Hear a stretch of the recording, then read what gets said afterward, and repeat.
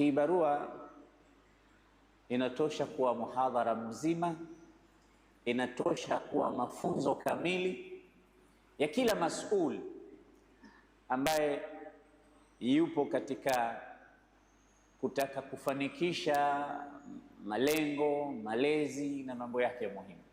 Inasemaje barua? Tafsiri yake anasema Umar ibn Abdul Aziz, la tuaqib ahadan ala ghadabika alayhi, yani siku zote usije ukamuadhibu mtu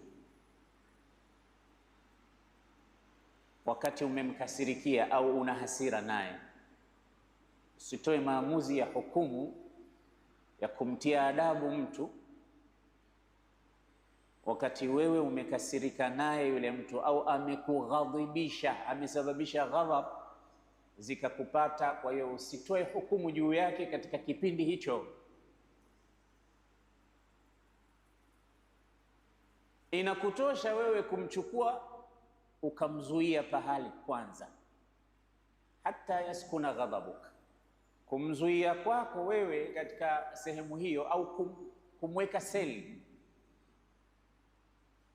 mpaka zitakapotulia hasira zako. Sasa mhukumu, toa hukumu sasa. Kisha anamwambia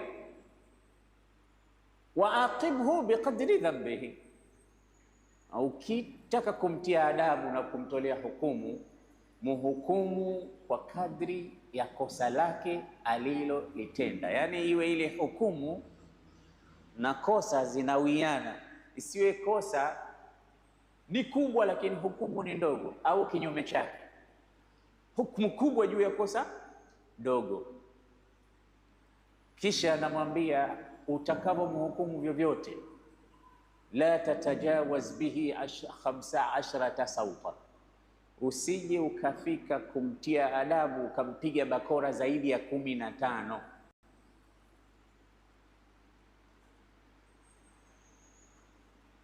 Mijaledi 15 usimpige, zaidi ya hapo usifanye. Watukufu wa Islam, Umar ibn Abdul Aziz ni maarufu sana, na akitajwa katika ulimwengu wa Kiislamu wengi wetu tunamjua kama al-Khalifatul Khamis, wale makhalifa wanne wale khulafaur rashidun, Abu Bakr, Umar, Uthman, Ali. Basi anaingizwa na Umar ibn Abdul Aziz, japokuwa kuna gap kati yake na Imam Ali karramallahu wajha, kwa sababu yeye alikuja baadaye, tena baada ya Hasan na Hussein huko, wakati inatimiza karne moja kamili, mwaka 99 huko ndo alikuja Umar ibn Abdul Aziz katika Daulatul Umawiya. Huyu Umar ibn Abdul Aziz, miongoni mwa mambo ambayo yamempambanua na Waislamu wengi wakawa wanamjua pia kama al-Khalifatul Adil, yani kiongozi mwadilifu, khalifa aliyekuwa mwadilifu, yani mala al-ardha adlan. Hukumu yake ilikuwa miaka miwili tu, yani utawala wake ni miaka miwili tu, lakini aliijaza dunia uadilifu ndani ya miaka miwili hiyo, hususan katika mambo ya uchumi. Siasa yake ilikuwa haina mfano mpaka leo. Tukisoma historia ya Kiislamu, hajawahi kutokea khalifa aliyetendea haki ulimwengu wa Kiislamu kwa kumaliza adui anaitwa ufukara kama Umar ibn Abdul Aziz.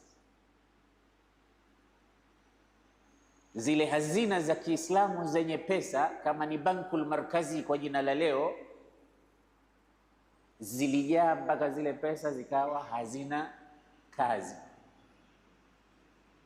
ikabuniwa miradi ya kuzitumia. Akawambia wenye madeni waje, madeni yao yatalipwa na Baitul Mali Muslimin. Maskini wanaostahiki kupewa zaka waje, Baitumali almuslimin itawapa zaka kila mtu angalau kesho na yeye atoe zaka. Na wakati wanaitwa mafukara na maskini, hakuwahi kwenda maskini hata mmoja, kwa maana kwamba watu wote wamenafasika, hawastahiki zaka. Fikiria tu leo kama tutasema jamani, tajiri fulani anawaita maskini ambao wanastahiki kupewa zaka, waende kesho saa 5 asubuhi, uone hicho kivumbi kitakachokuwepo. Na mimi na hakika hata wale ambao hawastahiki kupewa zaka pia wataenda.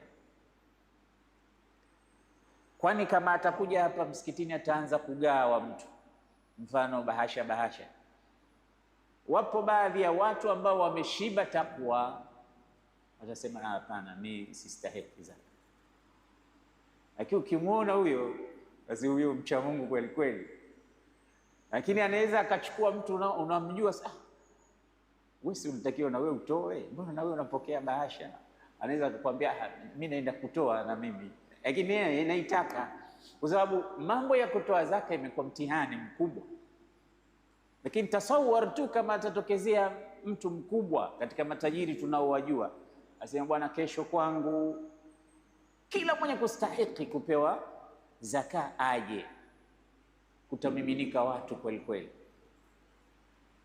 waliomo na wasiokuwemo, wanaostahiki na wasiostahiki. Lakini Umar ibn Abdul Aziz alipoita, nasemekana watu wote wameneemeka, kila mmoja akifuatwa, bwana wewe si ulipokea zaka? Sema mimi namtafuta mtu wa kumpa zaka. Wewe vipi, nikupe? Mimi alhamdulillah, na mimi pia zangu nishatoa. Watu wameneemeka kiasi hicho. Yaani dunia ina raha na ulimwengu wa Kiislamu ulikuwa mzuri, kila mmoja ni tajiri. Miaka miwili tu qada ala alfaqr. Lakini ule ucha Mungu wake ilifika pahali ili ujue kwamba huyu alikuwa sio mtu wa mchezo. Alipata habari kwamba mmoja katika jamaa zake amenunua pete ina kito ambacho ni ghali, kilifika dirham 1000, kito hicho cha pete yake. Akapata habari. Alipopata habari akaandika barua, akamwandikia huyo jamaa yake barua, akamwambia balaghani annaka ishtaraita khataman bi1000 dirham, nimepata habari kwamba umenunua pete ambayo kito chake gharama zake dirham 1000. Nimepata hizo habari. Faidha wasalatka risalati hadhihi fabi'il khatam, ukija ukiipata hii barua yangu, basi nakwambia hapo hapo kaiuze pete,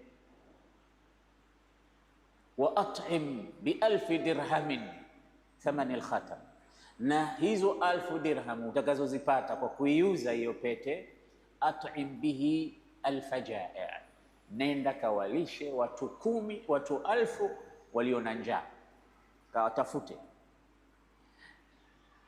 Hawa ni watu wa nyumbani kwake mwenyewe.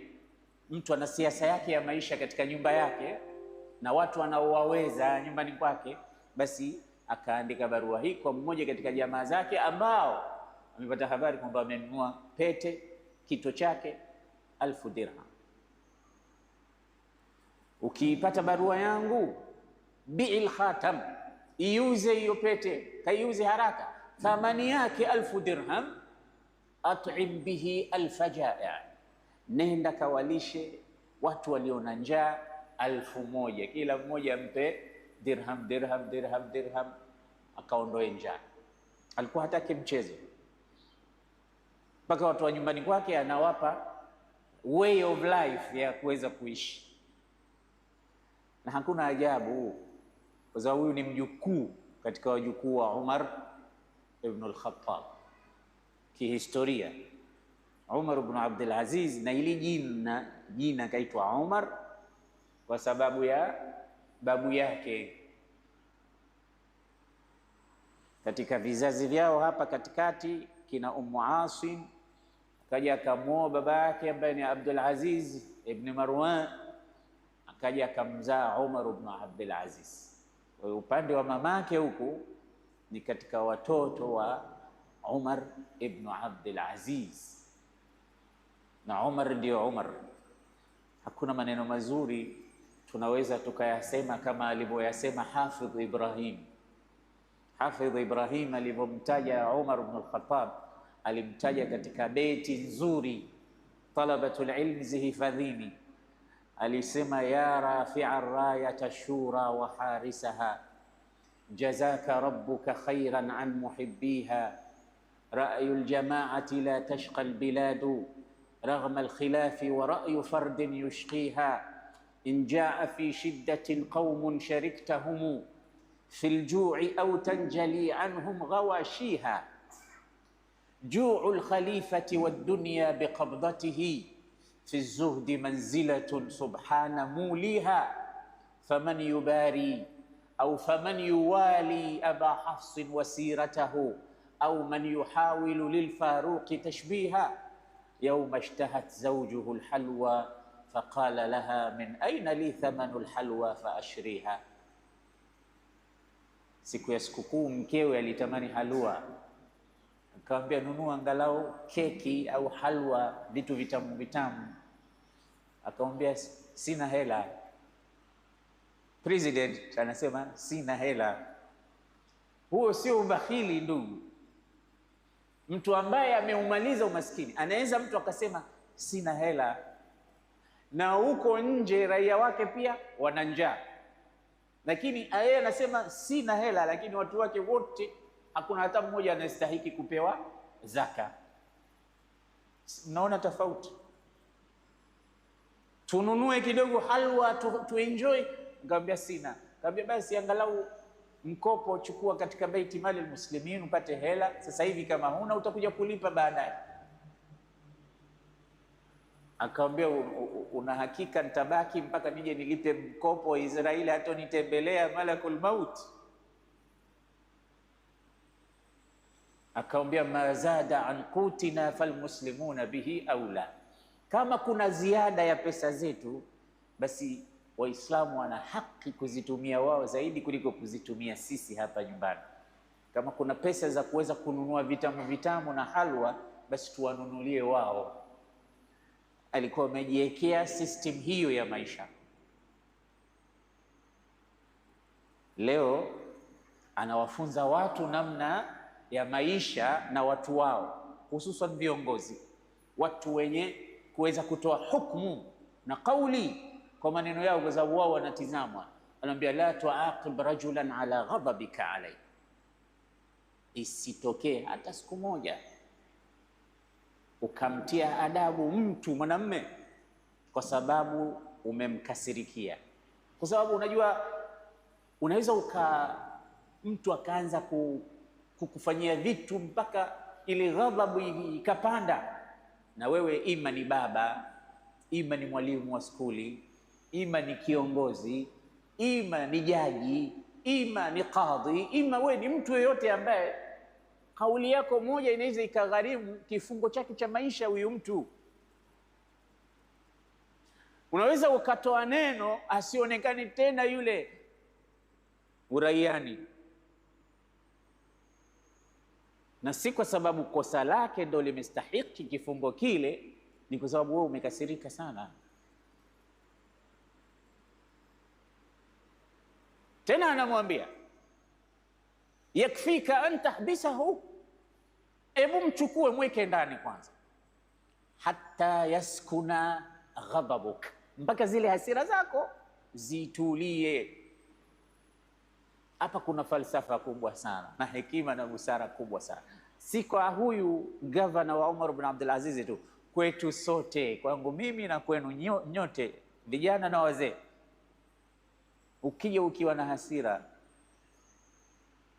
basi kama kuna mtu amemuona mwenzake hasira zake kama, hebu atafute njia, mkamate, amzuie, amhifadhi pahali kwanza. Na hakika huyu mwenye hasira atakuja kukushukuru baadaye, bwana, jana ulifanya kitu bwana, usingenikamata ningeua, usingenishika. Maana kuna mtu anatetemeka hivi kwa hasira, yani hasira mpaka mwili wote unatikisika hivi, akisema maneno pia hayasikiki vizuri, hajulikani kasema nini kwa hasira. Mtume anasema hiya jamratun yulqiha shaitan, hasira ni kaa la moto, shetani analitupa katika kifua chako. Sasa namwambia fa idha sakana ghadabuk, hasira zako sasa zikitulia, sasa unakuja sasa kutoa hukumu. Faaqibhu biqadri dhanbihi, mpe hukumu kwa kadri ya kosa lake. Pia kuna makosa tunayatolea maamuzi na hukumu hayaendani na ile adhabu ambayo tumetoa. Mimi nishawahi kusikia mtoto ameiba shilingi 100, amekamatwa na ile shilingi 100 yake, akafungwa, alafu akawashwa moto katika viganja vyake vya mikono mpaka kababuka. Utu uzimani mwake sema, bwana, hii shilingi 100 hii. Na ukimuuliza babake sema ndio, na kutokea siku hiyo hajaiba tena. Lakini je, kosa alilolitenda na adhabu uliyompa zinaendana? Ndio sawa? Uislamu wetu unasemaje kuhusu kumuadhibu mtu kwa moto? Hakuna mtu mwenye haki ya kuadhibu mwingine kwa moto, hiyo ni haki ya Allah subhanahu wa ta'ala. Ndio maana kila saa katika Qur'ani, katika hadithi yana moto moto moto. Sasa na wewe kwa sababu mtoto kenda kapekua kwenye sufuria, kachukua changu mmoja, akatoka naye akenda akamtafuna, kamla mpaka kamaliza, alivyorudi anasema lete moto, unamtia moto mdomo wake. Kiulizo anasema kaiba changu, kaiba pweza, kaiba ngisi, kaiba nini yule, kuku, mdomo wote umebadilika, amepigwa moto. Je, kosa la kuiba, sisemi kwamba nawatetea wezi au watoto wasio na adabu au kwamba hili jambo la kuiba nyumbani ni zuri, lakini je, kulikuwa na haja gani ya kumchoma moto wakati kumpa adabu nyingine zipo? Je, inaendana kosa ambalo umempa mtoto wako na hicho alichokifanya? Umar ibn Abdul Aziz anasema fa idha sakana ghadabuka, zikiwa ghadhabu zako zitatulizana, faaqibhu ala qadri dhanbi, mpe punishment inayoendana na kosa. Kisha anamwambia wala tatajawaz bihi, wala usizidishe katika kumtia adabu 15 sautan, mijaledi au viboko 15 anampangia hasa. Mzinifu kijana anatakiwa apigwe bakora ngapi? Vijana 100 au bakora 1? Wazaniyatu wazani fajlidu kula wahidin minhuma 100 jalda, anapigwa bakora 100, alafu anaondoshwa katika mujtama ule, anawekwa mbali na pale ambapo amefanya makosa yale. Na inakuja ikiwa ni muhsin, kuna adhabu yake, kila mmoja na adhabu kwa kadri ya kosa na hali na mazingira yalivyo. Yule alikwenda akapekua masufuria, akachukua changu akala, pengine wewe baba mwenyewe ndo hutaki kuwalisha watoto wako, umefanya mpaka watoto wanaiba chakula, pengine umekuwa mukassir katika upande huo. Kwa hiyo badala ya kulaumukiza washataa. Mara nyingine huwa tunalaumukiza, lakini tunatakiwa tulaumu hatukuwasha taa na tochi tukaona. Ndio maana tumejikwaa. Sasa washa taa ili usijikwae. Kuna makosa mengine unatakiwa wewe urekebishe, ili pale nyumbani kusiwe na matatizo ya wizi. Sasa kijana humpi kula, humpi haki yake, alafu unasema sitaki kuona wezi katika nyumba yangu hii, watakuibia. Mke humpi matumizi yake, alafu ukija unauliza hizi shilingi 20,000 zangu kwenye koti zimeenda wapi? Wote atakwambia hatujui. Sasa badala ya kulaumu unaibiwa 20,000, je, masurufu unayoyaacha pale nyumbani yanaendana na hali? Usije ikawa wale wanamwachia mkeo shilingi 5,000 anawaambia alafu nikije nikute chakula kizuri leo. Chakula gani mume wangu? Nataka tasi wa kunenepa, nataka wali wa nazi, nataka na juisi ya ndimu, nataka na ndizi zile za pukusa, alafu nataka na kachumbar. Unahesabu vitu karibu 10 ambao tukihesabu bei yake sio chini ya 25,000, alafu unaacha shilingi 5,000, nasema haya tutaonana usiku. Wakuibie mpaka wakumalize, na mimi na wasupport. Kwa sababu wewe kwanza sio mbali tu kwamba hutaki utekelezi haki za watu, unamfundisha huyu mwanamke nini? Akatafute pesa wapi? Unamfundisha nini huyu mkeo? Na ukija ukikuta kile ambacho umesema unakitaka, utakula. Wakati tukipiga hesabu ametumia zaidi ya 20,000, wewe umeacha 5,000, hizi 15 kapata wapi? Sasa si udayuthi huo? Kapata wapi? Wangapi hawashtuki ambazo pesa wameacha majumbani mwao ni kidogo kuliko huduma wanayopewa na wake zao? Mbona muulizi, mbona mke wangu wewe unapata wapi pesa? Mbona pesa nilokuachia mimi haiendani na hivi vitu ninavyoviona mezani? Wangapi tunauliza hivi? Unaogopa, unaona, wacha tu mimi nijilie bwana. Allahu akbar. Ad-dayuth huwa al-insanu alladhi la yagharu ala irdihi. Dayuth ni mtu ambaye haoni wivu kwa heshima yake, kwa watu wake wa nyumbani, kwa ahli zake. Unaona paka, mimi nao paka wengi nyumbani kwangu, paka wengine wanaibiwa. Wakija pale nyumbani paka dume kuja kufuata paka wale wengine wa kike, siku hiyo hatulali kwa vita pale. Dume lile la pale kwetu linavurugana kweli kweli na madume mengine yanayokuja pale kuvizia paka wa kike pale. Hapa laliki. Unaweza ukaamka asubuhi kwenda kuamua vita. Basi paka anakushinda. Nyau anaona wivu kwa yule aliyekuwa wake pale nyumbani mpaka anapigana. Wewe unaandaliwa chakula cha 50,000 wakati umeacha shilingi 10,000 nyumbani, wala huoni taabu kula.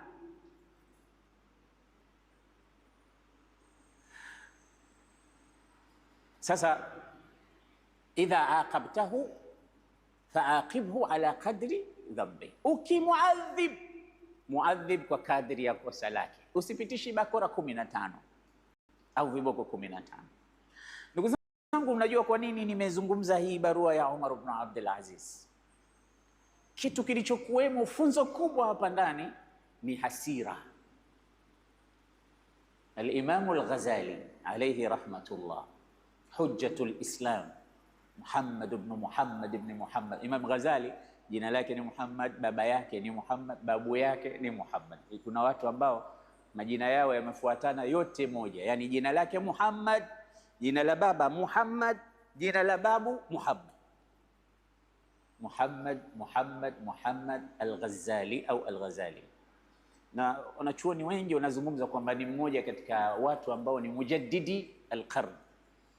Mtume amesema katika kila ukamilifu wa miaka 100 Mwenyezi Mungu anamleta mtu katika hii dunia ambaye ana renovate, yani ambaye anajaddid dini yao.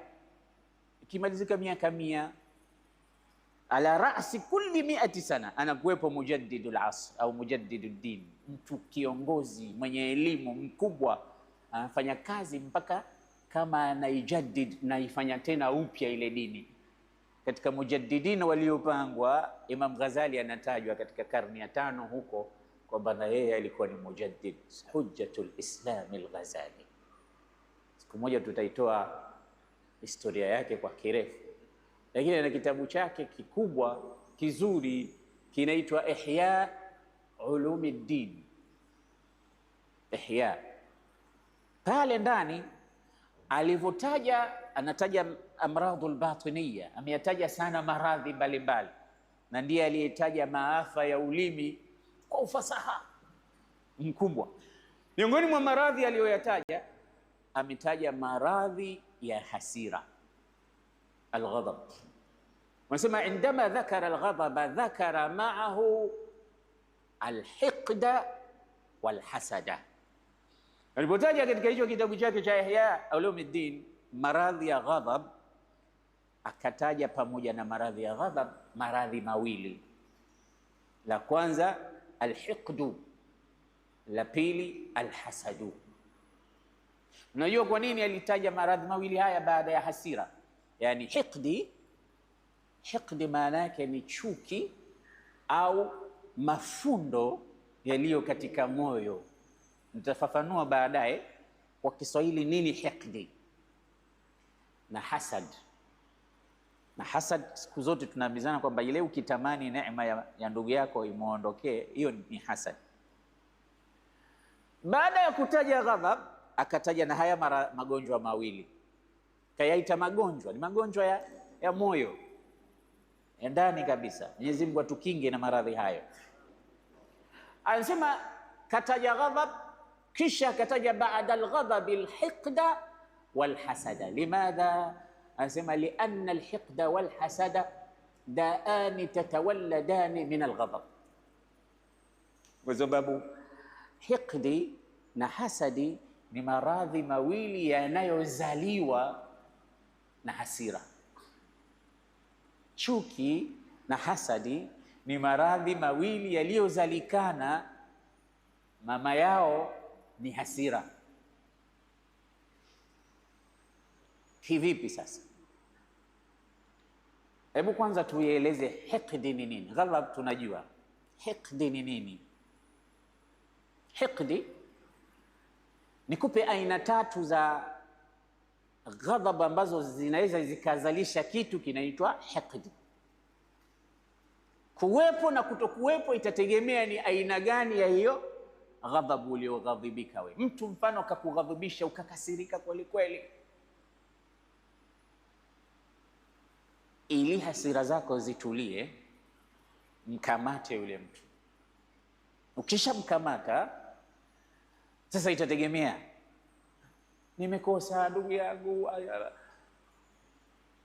hapana, mimi lazima leo nihakikishe namaliza hasira zangu kwako, na nina uwezo wa kufanya hivyo. Ikipita pita mpaka ukaamua wewe usipitishe chochote, basi ukasema nakusamehe.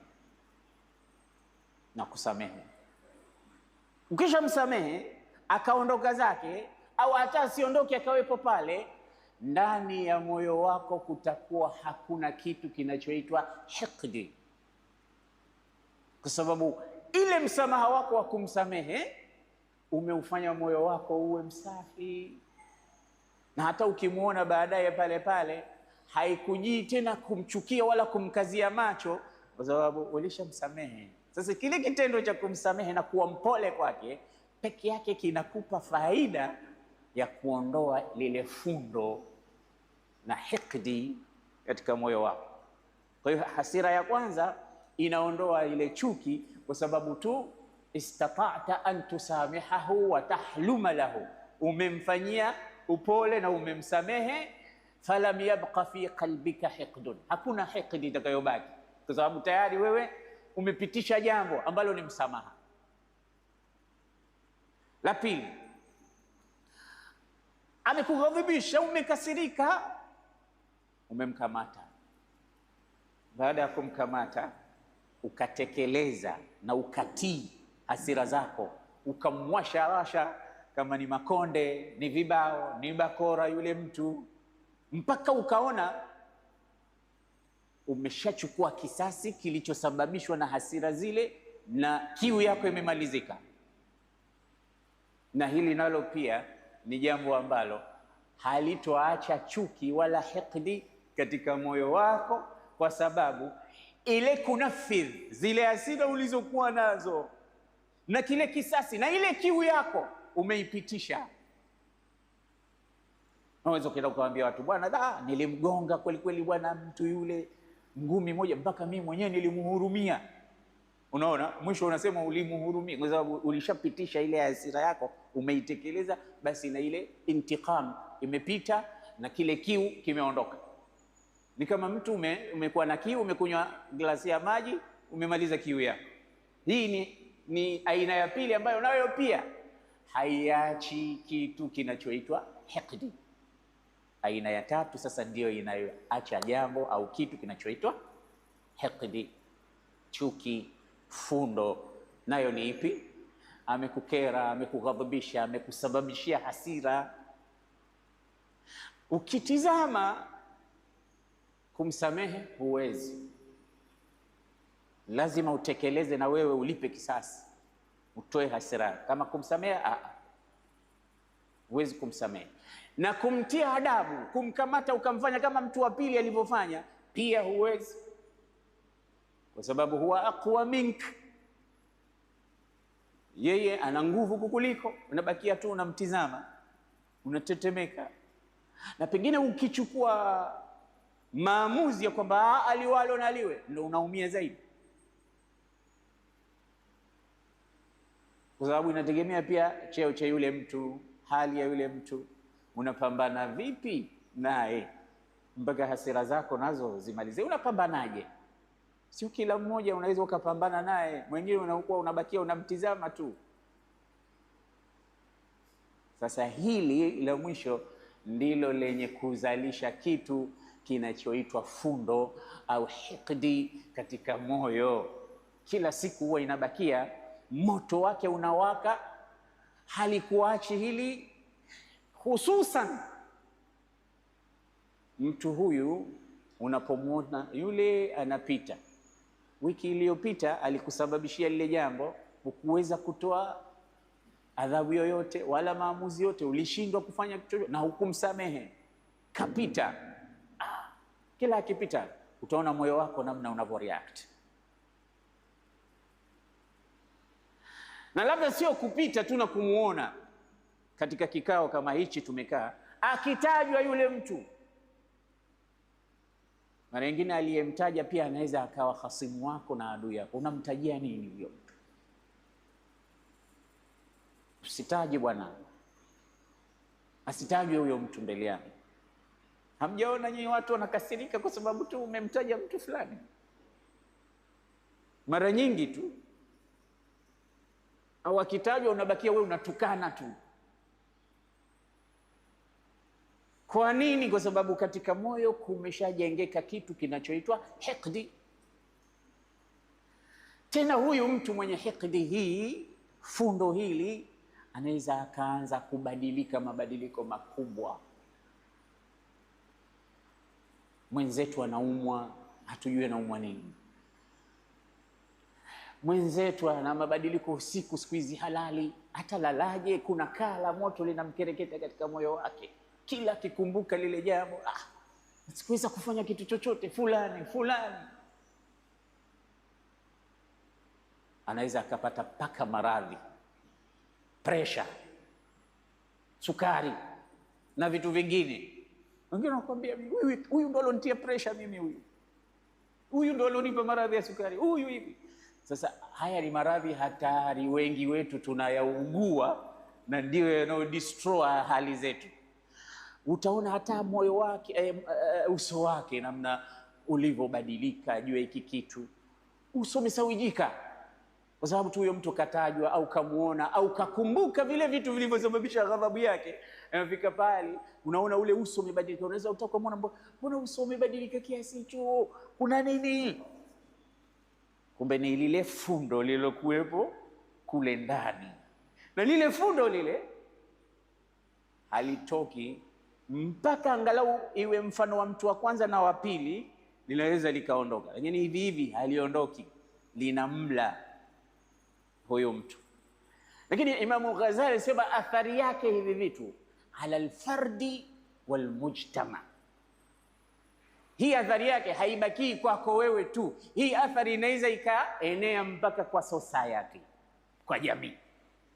Hii hikdi yako, fundo lako, inaweza ikaenea na kwa watu wengine. Vipi? Mara nyingine aliyekerwa na kusababishiwa ghadhabu na hasira hizo ni mwanamke.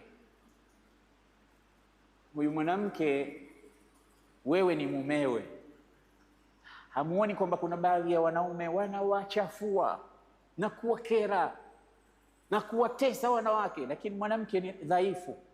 Nitafanya nini? Nipigane naye? Simuwezi. Nimpeleke wapi? Siwezi.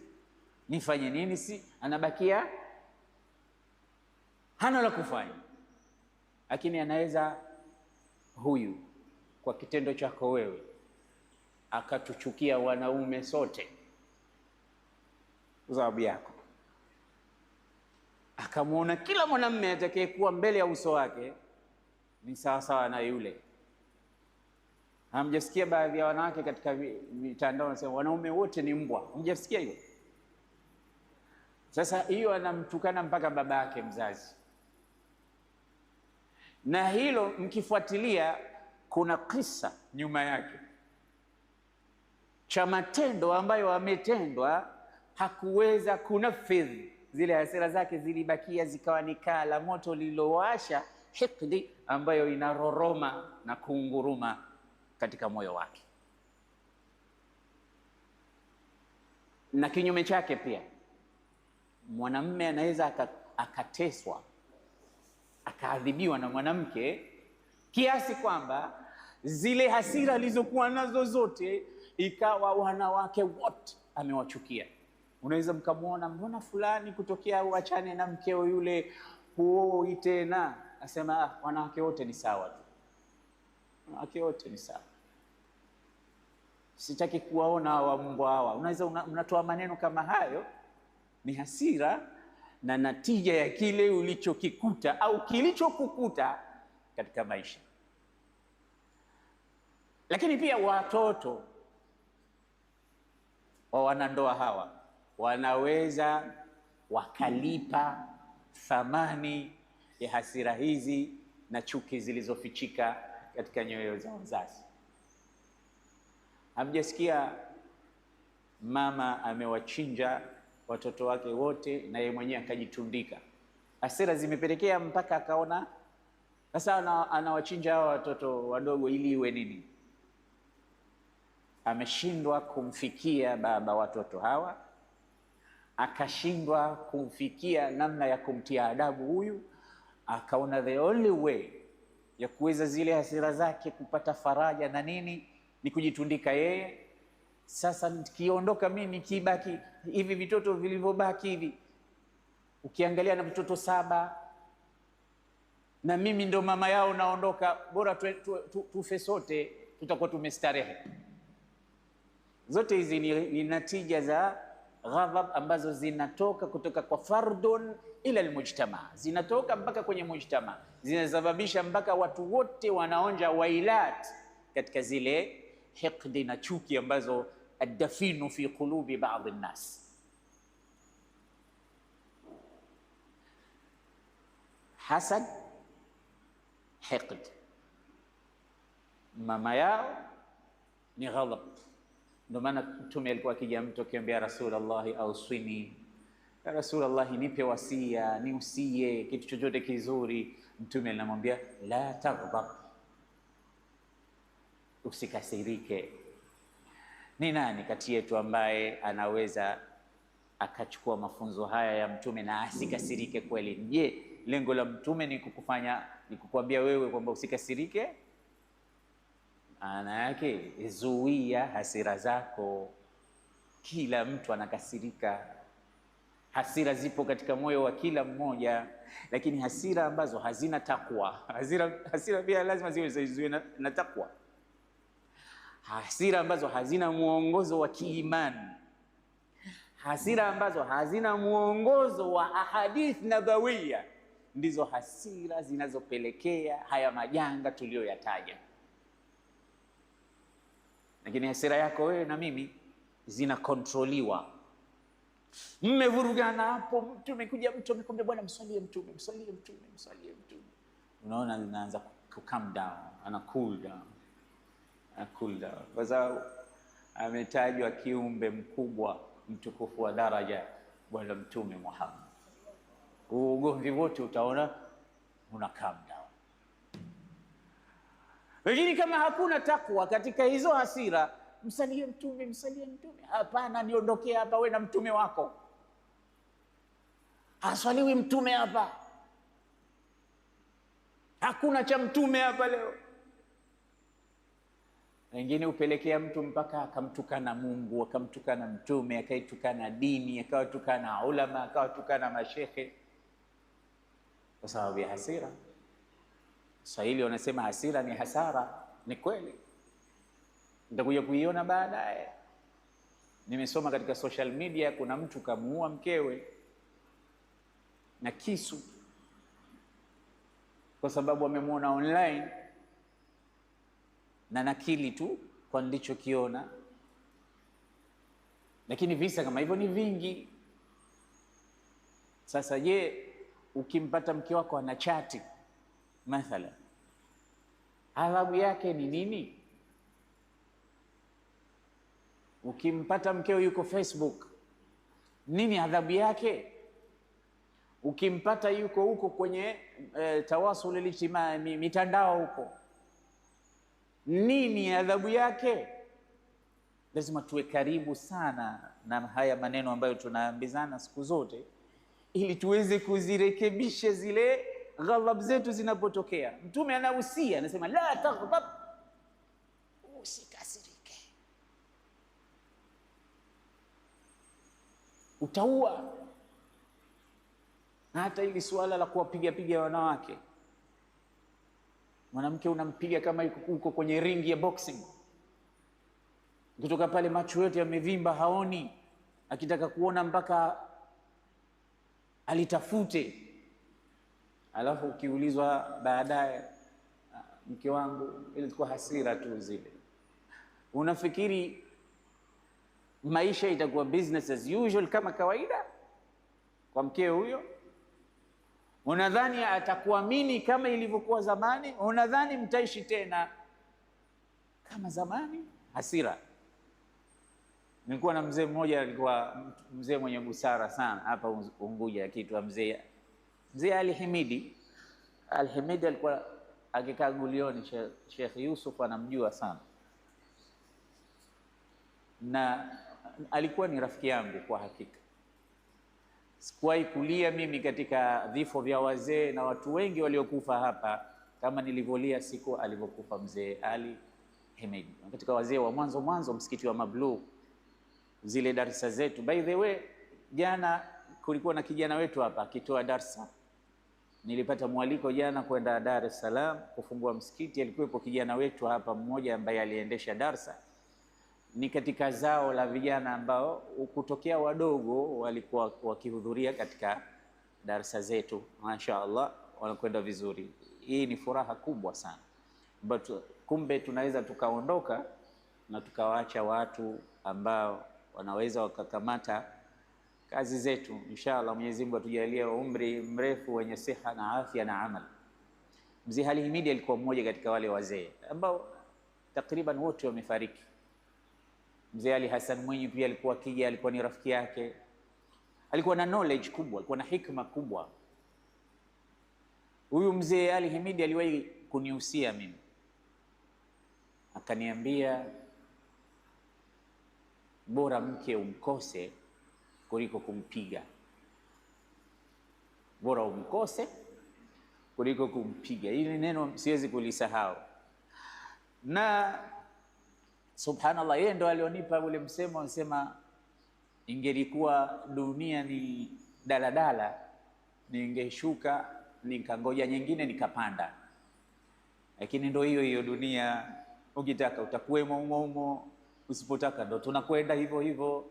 Mwenyezi Mungu amrehemu mzee huyu rahmatan wasia. Miaka mingi imepita sana, nafikiri zaidi ya miaka 10 kutokea afariki,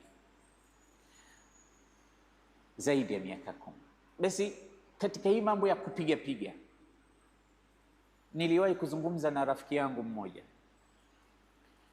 nikamwambia mimi bora watu waniite bwege. Bwana juzi alitukanwa mno, lakini kakaa tu kama bwege, tena akapigwa kibao kimoja kizuri. Hatukuwahi kusikia kama huyu mtu ni muoga kiasi kile. Bora niwe bwege hivyo kuliko nianze kuzitii zile hasira ambazo zina kereketa kifua changu nipate hasara. Bora ile aibu. Saidina Hasan alikuwa akiambiwa ya ara almuslimin, ya ara almuslimin. Kuna mtu alikuwa akimwambia hivyo. Hasan ibn Ali ibn Abi Talib alikuwa na haki ya kuwa kiongozi nyumba ya Mtume, mtu ambaye alikuwa, lakini yeye alipopata uongozi akasema mimi siutaki, uchukue wewe, tuwaunganishe Waislamu badala ya vita, jeshi langu na lako wote tuwaunganishe, watu wawe kitu kimoja. Kweli sote sisi tunapigania ni uongozi, mimi siutaki, nakupa wewe. Sasa kuna baadhi ya supporter wake wakawa wanamlaumu, wakimwona ambia aibu ya Waislamu we, ya ala almuslimin, aibu ya Waislamu wewe ndio uliotutia aibu wewe. Baada sisi tumekusupport uwe kiongozi unasema hutaki. Aibu ya Waislamu. Yeye alikuwa akiwajibu sema al-aru khairun minan nar, al-ar afdal wa khair minan nar. Sema aibu ni bora kuliko moto. Mimi nilichagua aibu badala ya moto. Kwa hiyo kuna wakati kweli kabisa unaona hapa moto huo unakuja, na hii hapa aibu hiyo inaninyemelea. Kati ya viwili hivi, ndugu yangu kijana, chagua aibu, usije ukachagua moto. Na hasira mara nyingi ndizo zinazotukaribisha katika moto.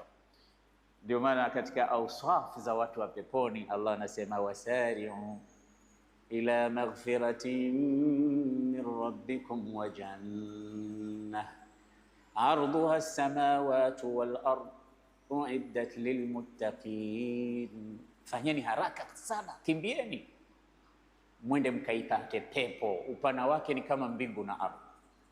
Hiyo pepo imeandaliwa kwa wacha Mungu, kwa watu muttaquna. Allahumma ja'alna minhum. Alafu akaanza kuwadadavua, akawataja hao muttaqina ni akina nani? Alladhina yunfiquna fi sarra'i wad-dharra, wenye kutoa mali zao kwa hali zote za wepesi na uzito.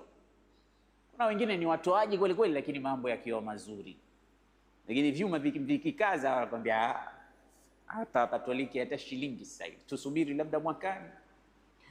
Alladhina yunfiquna fi sarra'i wad-dharra'i wal-kadhimina al-ghayza wal-'afina 'anil nas wallahu yuhibbul muhsinin. والذين إذا فعلوا فاحشة أو ظلموا أنفسهم ذكروا الله فاستغفروا لذنوبهم ومن يغفر الذنوب إلا الله ولم يصروا على ما فعلوا وهم يعلمون. Katika hizi sifa za hawa watu waliotajwa, watoaji wa mali, miongoni mwa ibada nzito kubwa ni kutoa pesa. Kuwa tajiri ni kitu kingine, na kutoa pesa zako ni kitu cha pili. Sasa unapokuwa mtoaji, pepo ni yako insha Allah, kwa kauli ya Allah. Tena unapotoa katika hali zote, bisarra wa dharra. Wal kadhimin alghaidh, Allah kawaingiza hapo, na wale wenye kuzuia hasira zao. Jambo kubwa, watu wanakuita bwege kwa sababu tu umekimbia, na sio kila kukimbia ni kuogopa, sio kila insihab ni jubna au jaban. Mtu anakimbia mwoga kakimbia, pana. Insihab taktiki. Saa nyingine kukimbia ni technique, kukimbia pia ni technique. Khalid ibn al-Walid alipokwenda kulikuta jeshi la Warum 200,000, vitabu vya history vinasema Khalid ibn al-Walid ana watu 3,000 tu, wamezidi kidogo au wamepungua kidogo. Mpinzani wake ana watu 200,000. Sasa wewe niambie, unaenda kukabiliana na watu 200,000, wewe una watu 3,000, hata 100,000 hamfiki. Unataka kupigana vipi?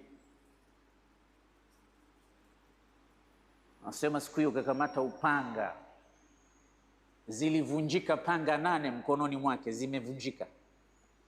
Watu walipigana mpaka wakawa wanajuana sura. Siku 2 3 watu wanapigana mpaka huyu ndo yule ile wa jana. Akaja akaona hapa njia pekee ni kutumia insihab taktiki, akaligeuza jeshi lake. Wale walikuwa nyuma akaweka mbele, walikuwa kushoto akaweka kulia, walikuwa kulia akaweka kushoto. Sasa kesho yake watu wakiingia vitani wanaona sura mpya. Mbona hawakuwepo jana? Wameleta watu, kuna army nyingine imeletwa hapa, battalion. Alafu wamewaficha wengine huko nyuma. Akamwambia, nyinyi wakati sisi tunaendelea na vita, nyinyi njoni kwa vishindo, wale farasi wenu wewe wanatifua vumbi na panga zenu zinamemetuka huko na makelele, na toeni takbira, muwe mnakuja mna approach katika viwanja. Yani anataka kuwahadaa kwamba linakuja jeshi lingine, tumeshatuma watu. Sasa kama hawa wachache tumepigana leo siku ya ngapi, si wanakuja wengine, tutafanywa nini? Wale wapinzani wakaanza kurudi nyuma kidogo.